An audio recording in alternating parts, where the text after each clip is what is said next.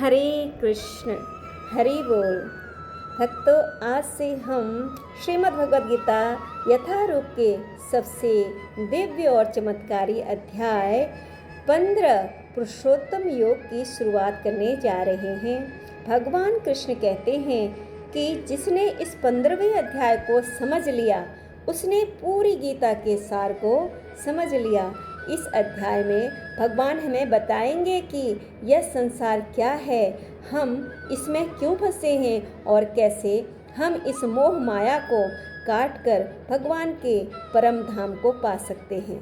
तो चलिए बिना किसी देरी के इस सुंदर यात्रा को शुरू करते हैं। शुरू करने से पहले हम मंगलाचरण करेंगे। तो इसको करते हैं शुरू। श्रीमद् भगवद गीता यथारूप अध्याय 15 पुरुषोत्तम योग। ओम ज्ञानतिम्रान्धस्य ज्ञानाञ्जनशलाकया चक्षुरुन्मीलितं येन तस्मै श्रीगुरुवे नमः। श्रीचैतन्यमनोभीष्टं स्थापितं येन भूतले स्वयं रूप कदा मह्यं ददाति सपदान्तिकं।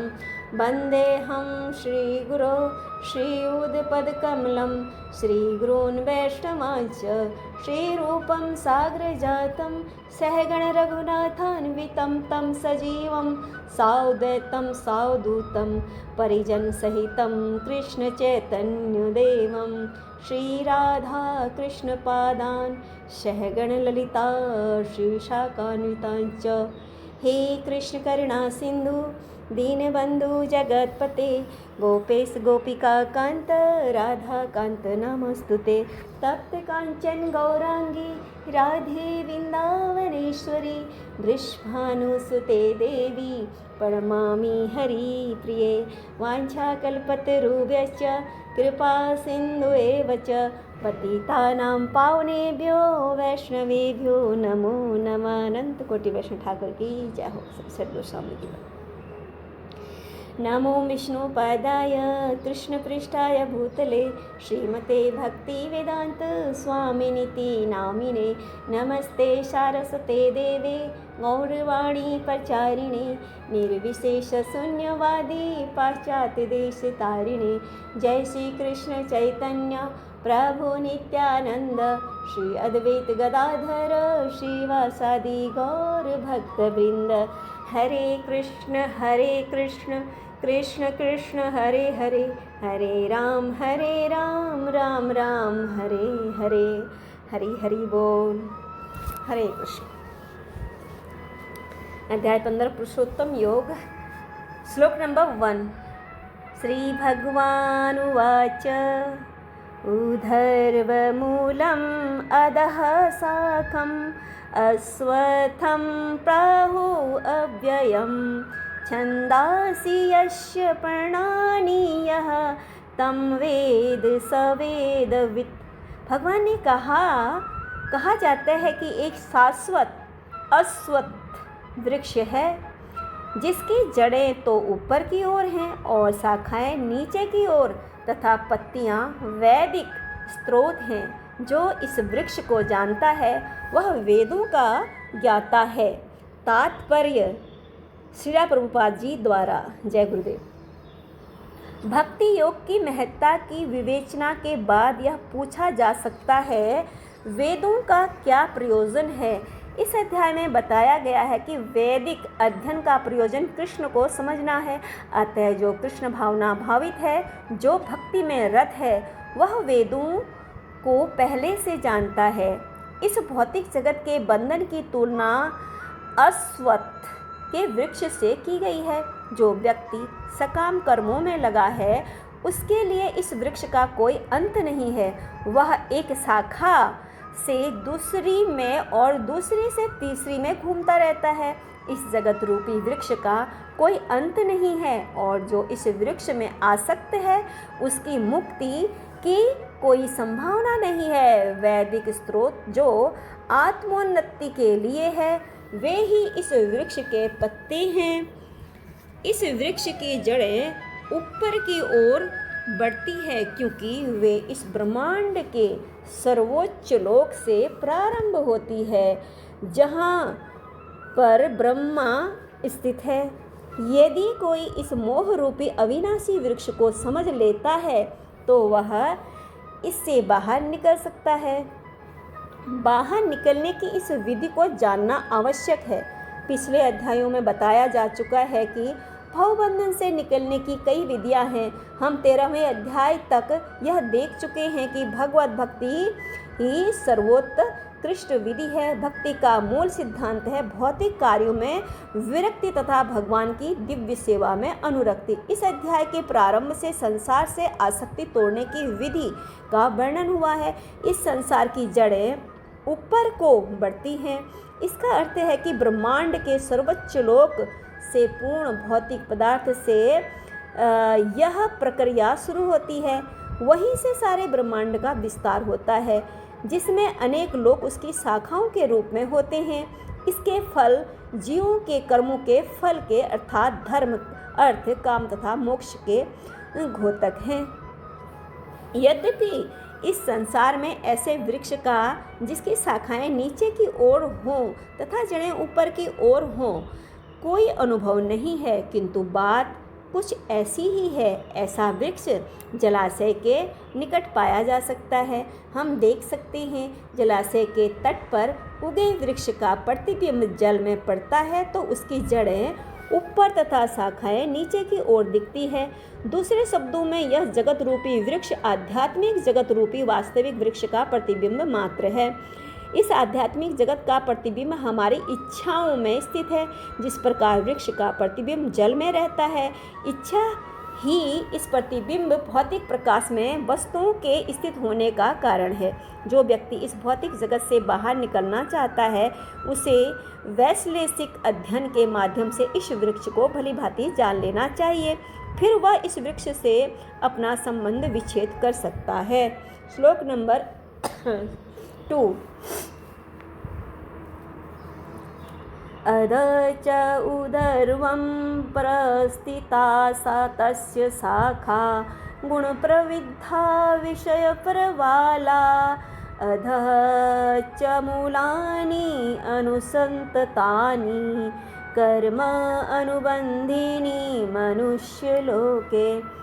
इस वृक्ष की शाखाएं ऊपर तथा नीचे फैली हुई हैं और प्रकृति के 3 गुणों द्वारा पोषित हैं। इसकी टहनियाँ इंद्रिय विषय हैं। इस वृक्ष की जड़ें नीचे की ओर भी जाती हैं, जो मानव समाज के सकाम कर्मों से बधी हुई हैं। तात्पर्य श्रीला प्रभुपाद जी द्वारा। जय गुरुदेव। अश्वत्थ वृक्ष की यहाँ और भी व्याख्या की गई है। इसकी शाखाएं चतुर्दिक फैली हुई हैं। निचले भाग में जीवों की विभिन्न योनियां हैं तथा मनुष्य, पशु, घोड़े, गाय, कुत्ते, बिल्लियां आदि ये सभी वृक्ष की शाखाओं के निचले भाग में स्थित हैं। लेकिन ऊपरी भाग में जीवों की उच्च योनियां हैं, यथा देव, गंधर्व, अन्य बहुत सी उच्चतर योनियां।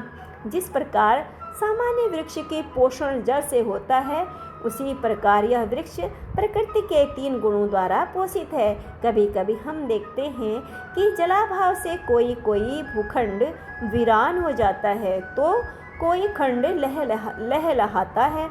इसी प्रकार जहाँ प्रकृति के किन्हीं विशेष गुणों का अनुपातिक आधिक्य होता है, वहाँ उसी के अनुरूप जीवों की योनियां प्रकट होती हैं। वृक्ष की टहनियाँ इंद्रिय विषय हैं। विभिन्न गुणों के विषय विकास से हम विभिन्न प्रकार की इंद्रियों का विकास करते हैं और इन इंद्रियों के द्वारा हम विभिन्न इंद्रिय विषयों का भोग करते हैं। शाखाओं के लिए इंद्रियां हैं, यथा कान, नाक, आँख आदि, जो विभिन्न इंद्रिय विषयों के भोग में आसक्त है। टहनियाँ शब्द रूप में स्पर्श आदि इंद्रिय विषय है। सहायक जड़ें राग तथा द्वेष हैं, जो विभिन्न कॉल आ रही है, एक सेकेंड, मैं इसको कट कर रही हूँ। आ सकते हैं। टहनियाँ शब्द रूप स्पर्श आदि इंद्रिय विषय है। सहायक जड़ें राग तथा द्वेष है, जो विभिन्न प्रकार के विभिन्न प्रकार के कष्ट, सॉरी इसमें बार बार फ़ोन आ रहा है तो थोड़ा सा आप लोग प्लीज़ मुझे क्षमा कीजिएगा, बार बार कॉल आ रहा है। श्री राधे। जो विभिन्न प्रकार से के कष्ट तथा इंद्रिय भोग के विभिन्न रूप हैं, धर्म अधर्म की प्रवृत्तियाँ इन्हीं गौण जड़ों से उत्पन्न हुई मानी जाती है, जो चारों दिशाओं में फैली है। वास्तविक जड़ तो ब्रह्मलोक में है, किंतु अन्य जड़ें मर्त्यलोक में हैं। जब मनुष्य उच्च लोकों में पूर्ण कर्मों का फल भोग चुकता है तो वह इस धरा पर उतरता है और उन्नति के लिए सकाम कर्मों का नवीनीकरण करता है। यह मनुष्य लोक कर्म क्षेत्र माना जाता है। श्लोक नंबर 3 एंड 4 है, सॉरी। न रूपं सेयः तथोपलभ्यति, नान्तो न चार्दिं च सम्प्रतिष्ठा। अश्वत्थमेनं सुविरूढमूलं सङ्गशस्त्रेण दृढेन छित्त्वा, ततः पदं तत्परिमार्गितव्यं, यस्मिन् गता न निर्वर्तन्ति भूयः। त्वमेव चाधं पुरुषं प्रपद्ये, यतः प्रवृत्तिः प्रसिता पुराणी। इस वृक्ष के वास्तविक स्वरूप का अनुभव इस जगत में नहीं किया जा सकता। कोई भी नहीं समझ सकता कि इसका आदि कहाँ है, अंत कहाँ है या इसका आधार कहाँ है। लेकिन मनुष्य को चाहिए कि इस दृढ़ मूल वाले वृक्ष को विरक्ति के शस्त्र से काट गिराए। तत्पश्चात उसे ऐसे स्थान की खोज करनी चाहिए जहाँ जाकर लौटना न पड़े और जहाँ उस भगवान की शरण ग्रहण कर ली जाए, जिससे अनादिकाल से प्रत्येक वस्तु का सूत्रपात तथा विस्तार होता आया है। तात्पर्य श्रीला प्रभुपाद जी द्वारा। श्रीला प्रभुपाद जी की जय। अब यह स्पष्ट कह दिया गया है कि अश्वत्थ वृक्ष के वास्तविक स्वरूप को इस भौतिक जगत में नहीं समझा जा सकता, चूँकि इसकी जड़ें ऊपर की ओर हैं। अतः वास्तविक वृक्ष का विस्तार विरुद्ध दिशा में होता है। जब वृक्ष की भौतिक विस्तार में वास्तविक वृक्ष का विस्तार विरुद्ध दिशा में होता है। जब वृक्ष के भौतिक विस्तार में कोई फंस जाता है तो उसे न तो यह पता चला पाता कि यह कितनी दूरी तक फैला है और न इस वृक्ष के शुभारंभ को ही देख पाता है। फिर भी मनुष्य को कारण की खोज करनी होती है। मैं अमुक पिता का पुत्र हूँ जो अमुक का पुत्र है आदि। इस प्रकार अनुसंधान करने से मनुष्य को ब्रह्मा प्राप्त होते हैं, जिन्हें गर्भोदक्षाई विष्णु ने उत्पन्न किया है। इस प्रकार अंततः भगवान तक पहुँचा जा सकता है, जहाँ सारी गवेषणा का अंत हो जाता है। मनुष्य को इस वृक्ष के उद्गम परमेश्वर की खोज ऐसे व्यक्तियों की संगति द्वारा करनी होती है जिन्हें उस परमेश्वर का ज्ञान प्राप्त है। इस प्रकार ज्ञान से मनुष्य धीरे धीरे वास्तविक के इस छद्म प्रतिबिंब से विलग हो जाता है और संबंध विच्छेद होने पर वह वास्तव में मूल वृक्ष में स्थित हो जाता है। श्लोक नंबर है 5।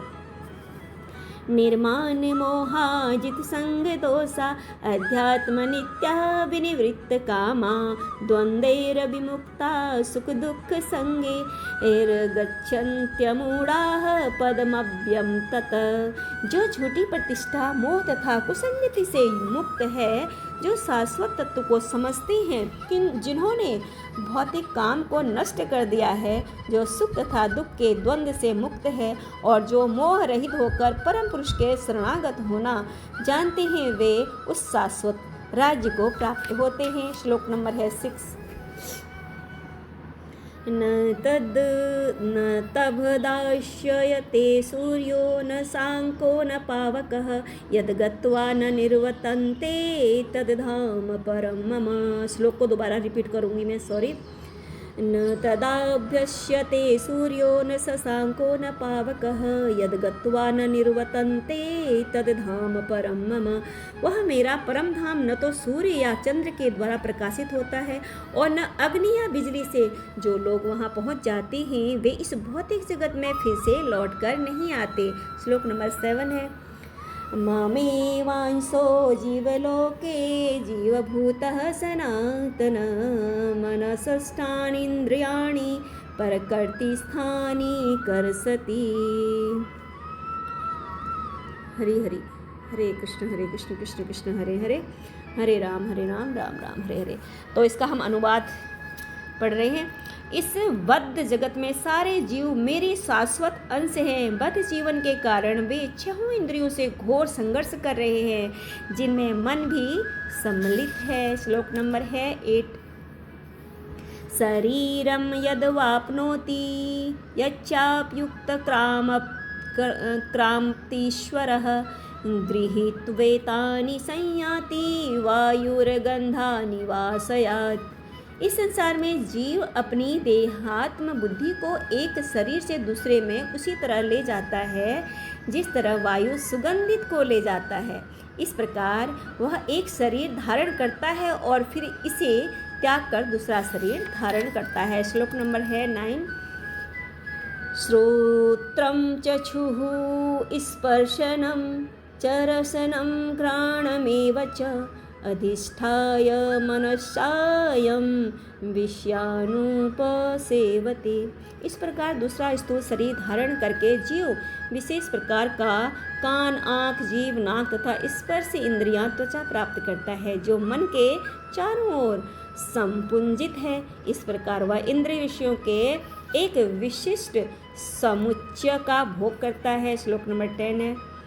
उत्क्रामन्तं स्थितं वापि भुञ्जानं वा गुणान्वितं विमूढानानुपश्यन्ति पश्यन्ति ज्ञानचक्षुषः। मूर्ख न तो समझ पाते हैं कि जीव किस प्रकार अपना शरीर त्याग सकता है, न ही वे यह समझ पाते हैं कि प्रकृति के गुणों के अधीन वह किस तरह के शरीर का भोग करता है। लेकिन जिसकी आँखें ज्ञान में प्रशिक्षित होती है वह यह समझ देख सकता है। श्लोक नंबर 11 है। यतन्तो योगिनश्चैनं पश्यन्त्यात्मनवस्थितं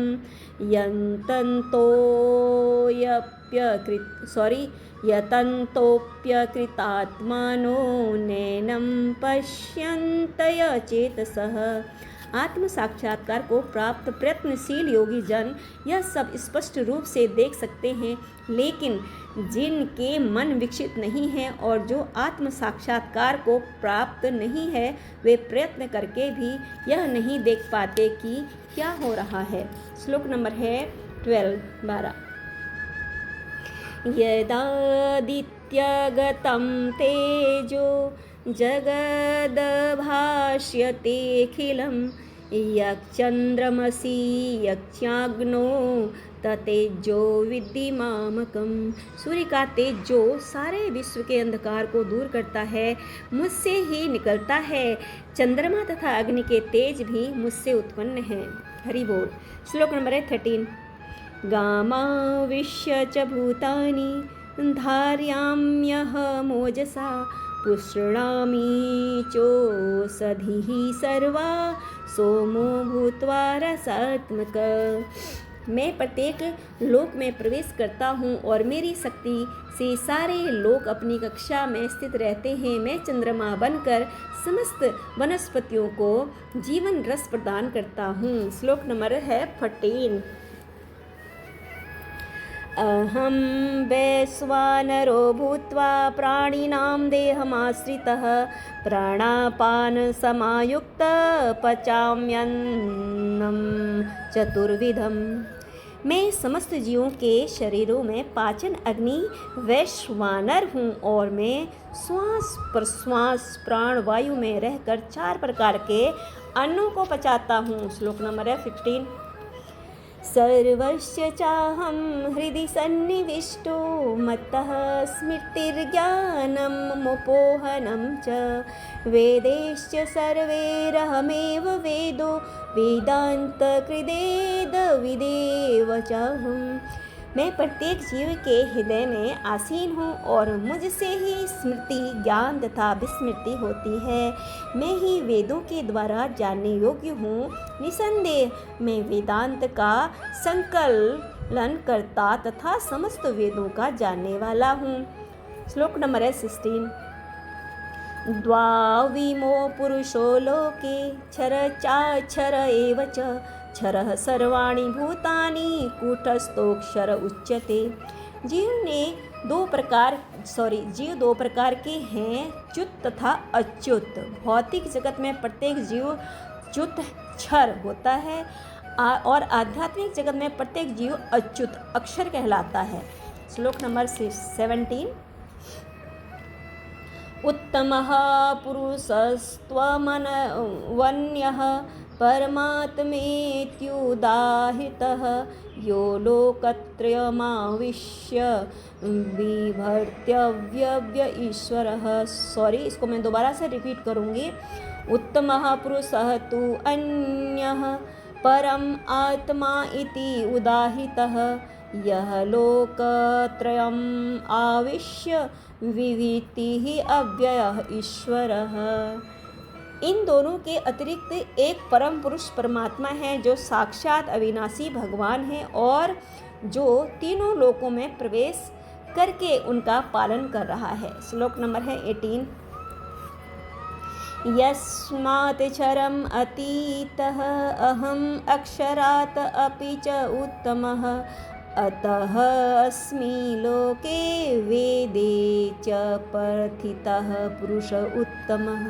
चूँकि मैं क्षर तथा अक्षर दोनों के परे हूँ और चूँकि मैं सर्वश्रेष्ठ हूँ, अतएव मैं इस जगत में तथा वेदों में परम पुरुष के रूप में विख्यात हूँ। श्लोक नंबर है 19। यो मामेव सम्मूढ़ो जानाति पुरुषोत्तमं स सर्वविद भजति मां सर्वभावेन भारत। जो कोई भी मुझे संशय रहित होकर पुरुषोत्तम भगवान के रूप में जानता है वह सब कुछ जानने वाला है। अतएव हे भरतपुत्र, वह व्यक्ति मेरी पूर्ण भक्ति में रत होता है। श्लोक नंबर है 20। इति गुह्यतमं शास्त्रम् इदमुक्तं मया नघ एतद्बुद्ध्वा बुद्धिं आनस्यात् कृतकृतक्ष भारत। हे अनघ, यह वैदिक शास्त्रों का सर्वाधिक गुप्त अंश है जिसे मैंने अब प्रकट किया है। जो कोई इसे समझता है वह बुद्धिमान हो जाएगा और उसके प्रयास पूर्ण होंगे। इस प्रकार श्रीमद् भगवद गीता के 15वें अध्याय पुरुषोत्तम योग का भक्ति वेदांत तात्पर्य पूर्ण हुआ। हरे कृष्ण कृष्ण कृष्ण हरे हरे, हरे राम राम राम हरे हरे, हरे कृष्ण कृष्ण कृष्ण हरे हरे, हरे राम राम राम हरे हरे। हरि हरि बोल। जय जय श्री श्री लक्ष्मी नारायण विष्णु भगवान कृष्ण कन्हैया लाल की जय हो। श्रीमद् भगवद गीता यथारूप की जय हो। गुरु और गौरांग की जय हो। सभी वैष्णव ठाकुर की जय हो। सभी भक्तों की जय हो। हरि हरि, हरे कृष्ण, हरि बोल।